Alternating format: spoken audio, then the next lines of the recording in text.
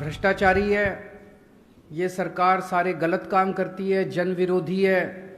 इस सरकार को 27 साल हो गए, अब अहंकार आ गया इनके अंदर। एक बार इनको हटाना बहुत जरूरी है। सारे मिलके, सब लोग मिलके इनको हटाने की तैयारी करें, उस दिशा में काम करें। अब अगले 2 महीने छुट्टी लेनी हो छुट्टी लें, सब लोग उस दिशा में काम करें और इस सरकार को हटा के हम आप लोगों से एक ही मौका मांग रहे हैं। ये तो बार बार आके आपको कहते हैं एक मौका और दे दो, एक मौका और दे दो।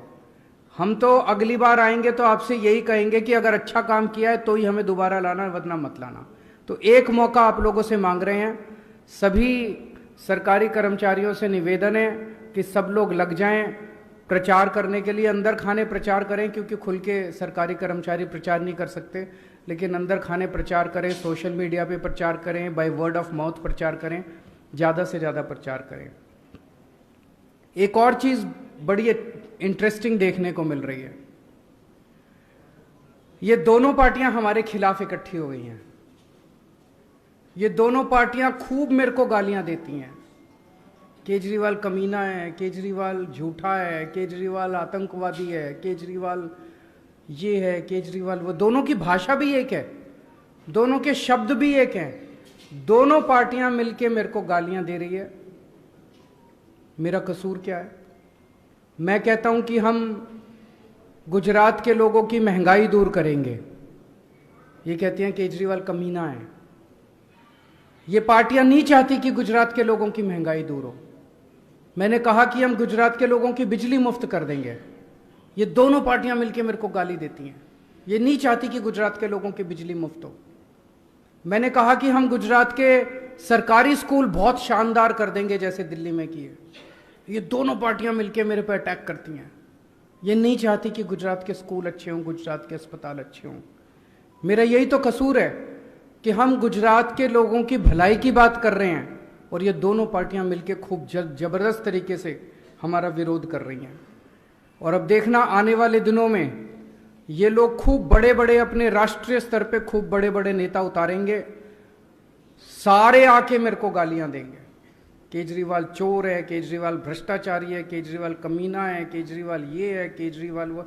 और मेरा कसूर केवल इतना है कि मैं गुजरात के लोगों के भले की बात कर रहा हूँ। आज गुजरात में एक्स आर्मी वाले प्रदर्शन कर रहे हैं, फॉरेस्ट गार्ड प्रदर्शन कर रहे हैं। अभी वीडियो देखा जिसमें खाकी वर्दी वाले खाकी वर्दी वालों के खिलाफ लड़ रहे हैं। ये अच्छी बात नहीं है। फॉरेस्ट गार्ड प्रदर्शन कर रहे हैं, नेशनल हेल्थ मिशन के वर्कर्स प्रदर्शन कर रहे हैं, एलआरडी वेटिंग वाले प्रदर्शन कर रहे हैं, वीसी प्रदर्शन कर रहे हैं, गांव गांव से वीसी आए हुए हैं, टीचर्स प्रदर्शन कर रहे हैं, किसान प्रदर्शन कर रहे हैं। ऐसे लगता है जैसे सारा गुजरात सड़कों के ऊपर है। इन सभी साथियों से, इन सभी दोस्तों से, भाइयों बहनों से मैं निवेदन करना चाहता हूं, उनको आश्वासन देना चाहता हूं, आपके जितने भी मुद्दे हैं, जैसे ही आम आदमी पार्टी की सरकार बनेगी हम आपके सारे मुद्दों का समाधान करेंगे। आपका कोई प्रश्न है तो 2-3 प्रश्न ले लेते हैं।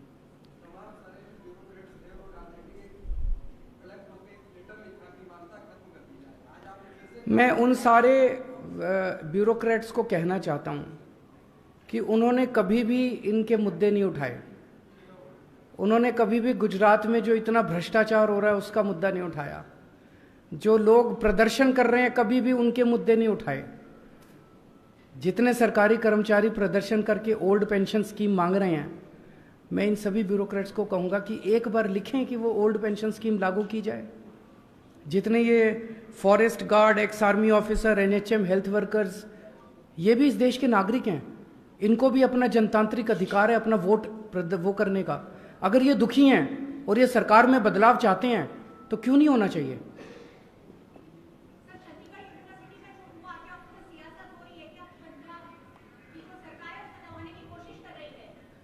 नहीं, कोई दबाने की कोई कोशिश नहीं की जा रही। और जो भी हुआ वो बहुत दुखदाई है, बहुत पेनफुल है। और जो दोषी हैं उनको गिरफ्तार कर लिया गया है, उन्होंने सख्त से सख्त सजा दिलवाई जाएगी, मैं आपको एश्योर करता हूं। भारतीय जनता पार्टी इस मुद्दे को उछाल रही है।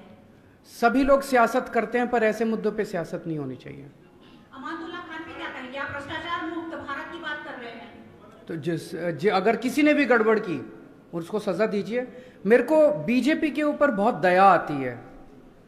उनसे निकम्मी पार्टी मैंने अपनी जिंदगी में नहीं देखी। सीबीआई उनके पास है, ईडी उनके पास है, इनकम टैक्स उनके पास है, पुलिस उनके पास है। उसके बावजूद वो रोज प्रेस कॉन्फ्रेंस करके कुछ इसने ये कर दिया, उसने वो कर दिया, उसने। जिंदगी में कभी केंद्र में हमारी सरकार बनी तो हम दोषियों को जेल भेजेंगे, प्रेस कॉन्फ्रेंस नहीं करेंगे।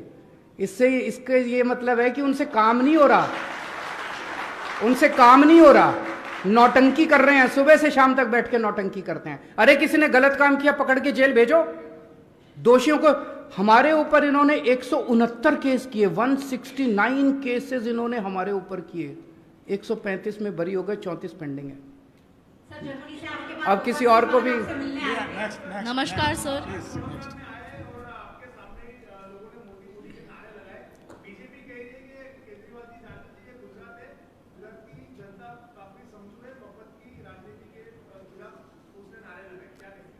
दो चीजें आपके, दो प्रश्न हैं अलग अलग।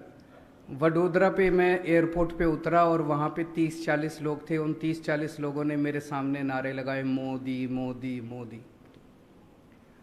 अभी गुजरात के अंदर माहौल ऐसा बन गया है कि भारतीय जनता पार्टी को बहुत जबरदस्त तकलीफ होने वाली है। कहते थे कि इनकी 66 सीट ऐसी है अर्बन एरियाज में जहां बीजेपी कभी नहीं हारी, ऐसा क्या कहा जाता था। इस बार उन 66 सीट पे भी आप देखना काफ़ी तकलीफ इनको होने वाली है। वो सारी सीट नहीं जीत रहे वो लोग। तो जाहिर तौर पे ये लोग मेरे खिलाफ नारे तो लगवाएंगे ही, घर थोड़ी बैठेंगे। 30-40 आदमी भेज के नारे लगवा के कहते हैं कि। दूसरी चीज एक बड़ी इंटरेस्टिंग है, जब भी राहुल गांधी जी गुजरात आए इन्होंने उनके सामने नारे नहीं लगाए। बीजेपी वाले भी, कांग्रेस वाले भी केजरीवाल के खिलाफ दोनों मिलकर नारे लगाते हैं। दोनों इकट्ठे हो गए, दोनों मुझे गाली देते हैं, दोनों मेरे पीछे पड़े हुए हैं। आपका दूसरा प्रश्न है, ये लोग कहते हैं कि गुजरात के लोगों को फ्री नहीं मिलना चाहिए। ये इसलिए कह रहे हैं क्योंकि उनको ये लग रहा है कि ये जो सारा लूट के पैसा स्विस बैंकों में ले जाते हैं, ये सारा लूट के पैसा अपने घर भरते हैं। अगर ईमानदार राजनीति हो गई, अगर जनता को फ्री सुविधाएं मिलने लग गई तो इनके लूटने के लिए पैसा नहीं बचेगा। अभी तक इस देश में लूट की राजनीति चल रही थी। जितनी सरकारें थी, जितने नेता थे, ये मोस्टली जो हैं वो लूटते थे, सरकारों को लूटते थे ये लोग, और सारा पैसा स्विस बैंकों में ले जाते थे, सारा लूट रहे। पहली बार इस देश के अंदर, पहली बार आम आदमी पार्टी ने ईमानदार राजनीति की शुरुआत की है। हम ईमानदारी से काम करते हैं, पैसा बचाते हैं, भ्रष्टाचार रोकते हैं, रिश्वत नहीं लेते, उससे सरकार में खूब पैसा बचता है। उससे हम जनता को फ्री बिजली देते हैं, फ्री शिक्षा देते हैं, फ्री अस्पताल देते हैं, फ्री दवाइयाँ देते हैं। अब ये लोग इसका विरोध इसलिए कर रहे हैं कि अगर इनको फ्री देना पड़ गया तो इनका लूटने का पैसा हो जाएगा। तो एक चीज गांठ बांध लो, जो आदमी कहे कि फ्री सुविधाएं नहीं मिलनी चाहिए, समझ लेना उस आदमी की नीयत में खोट है। केजरीवाल जी, जैसे एयरपोर्ट पे आपका स्वागत मोदी के नारे के साथ हुआ, क्या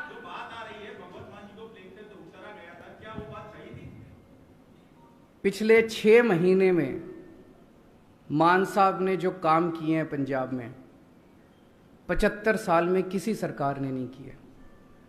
पिछले 6 महीने में जितनी कट्टर ईमानदारी, आज 75 साल के बाद पंजाब को एक कट्टर ईमानदार और मेहनती सीएम मिला है।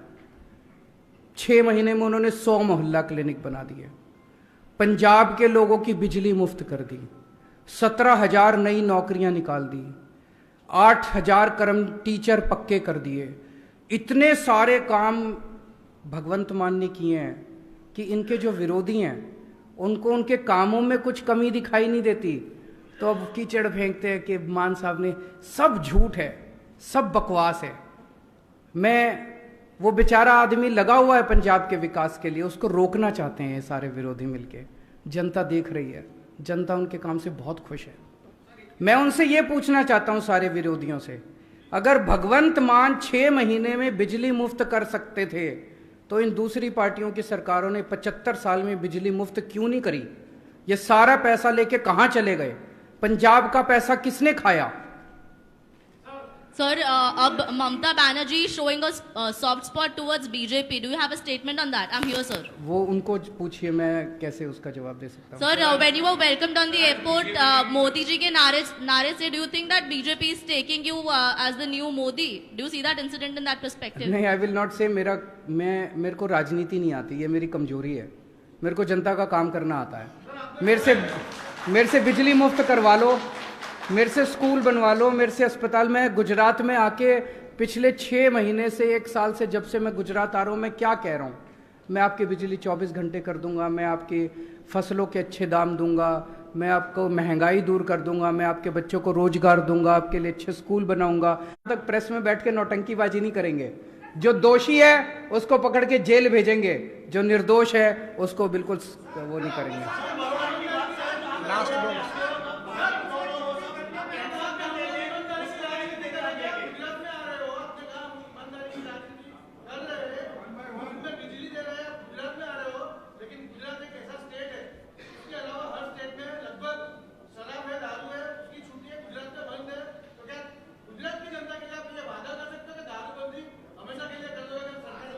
जो आज सिस्टम है, दारूबंदी का सिस्टम है, नशाबंदी का सिस्टम है, उसको लागू रखा जाएगा, लेकिन उसको लागू किया जाएगा। अभी जो इलीगल तरीके से, अभी सारा धंधा इन्हीं का है, सब जानते हैं। 10-15 हजार करोड़ रुपए का धंधा इन्हीं लोगों का है, इन्हीं के लोग करते हैं, सारा प्रॉफिट इन्हीं को जाता है। ये नहीं करेंगे हम अपनी पार्टी दारू बेच के नहीं चलाते, ये लोग चलाते हैं। हम अपनी पार्टी ईमानदारी के पैसों से चलाते हैं।